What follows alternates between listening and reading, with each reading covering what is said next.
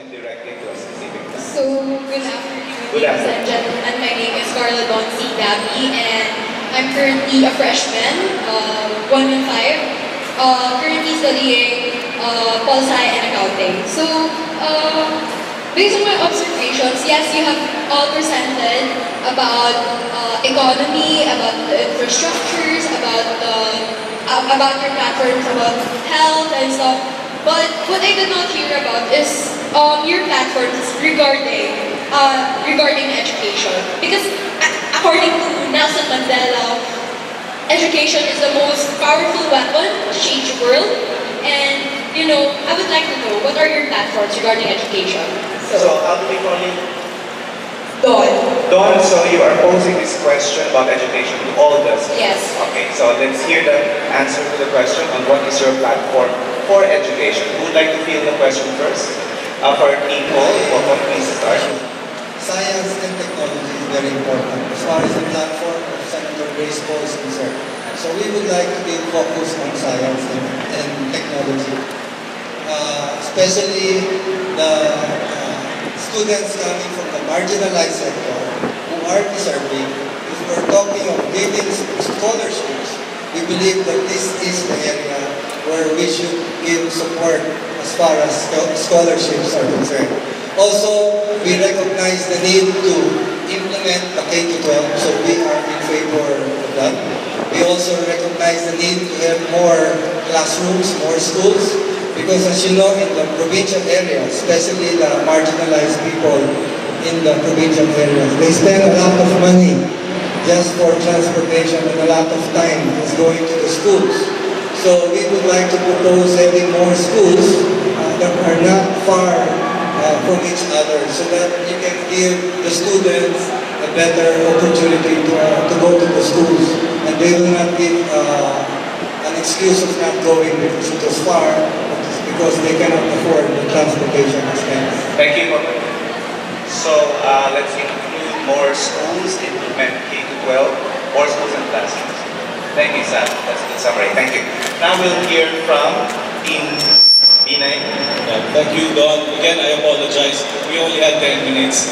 You know this. It's okay. Just go to the answer directly. Yes. Now, let me answer it in tiers. For public primary and secondary education, the Vice President has already announced, following the Makati model, all the 20 million public elementary and high school students will receive, of course, not only free education, free textbooks, equipment, school supplies, and uniform. Free education. There is a budget for that. Now, for the tertiary level, I don't know if you read the UNIFAS law, the Unified System Law, which was recently enacted. For those in colleges, you can now avail of your scholarships and financial assistance from government. We will pursue that. As a third point, K-12, not only will we implement and enhance it, we want to make sure that it's also related to vocational and technical training.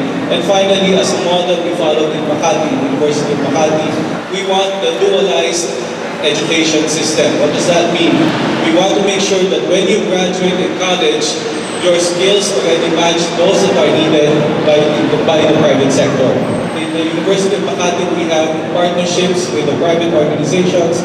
They tell us what they need from a graduate in the college, and when you graduate, you already have jobs waiting for you. Thank you. So free basic education, scholarships for tertiary, and then a dualized educational system matching skills with industry. By the way, these are very rich questions, so we will allow our speakers later on to send us a fuller answer in writing, which we will make available in our public forum. The questions are excellent, they're just difficult to all answer within the limited time we have. For the next team, for Team Rojas, please. Thank you for asking that question. Let me answer it in two steps. The first is, what is Daang Matuwid's, or what is Bayang Matuwid's policy on education? And it is this, as Mar explained in his speech just the other day, poverty will never be an obstacle for a person to get the full benefit of education. So that is the governing principle. And he explained this by saying that if and when he becomes president, the valedictorians of all the high schools will be given a scholarship for college. And he quantified what part of the budget will be used for this. Second, apart from that, the top 10%, the top 10% of the high school, of the K to 12 graduating class will also be given additional allowance. So I mentioned the scholarships for all the valedictorians. That's noted, yes. They will all be able to complete college education. And the top 10% of the graduating class will be given allowances of 10,000 pesos each. Let me also... I'm sorry, this is the Angelus, so we will just need to pause for it so that I can end. Alright, continuing, Maiten, please. And allow me also to point out that in the last 6 years, the education budget was nearly tripled. That is what less corruption in government means. And as a result of that, the classroom backlog, the textbook backlog, the chairs backlog, they were all plugged by our very own Secretary Brother Arvin Luistro.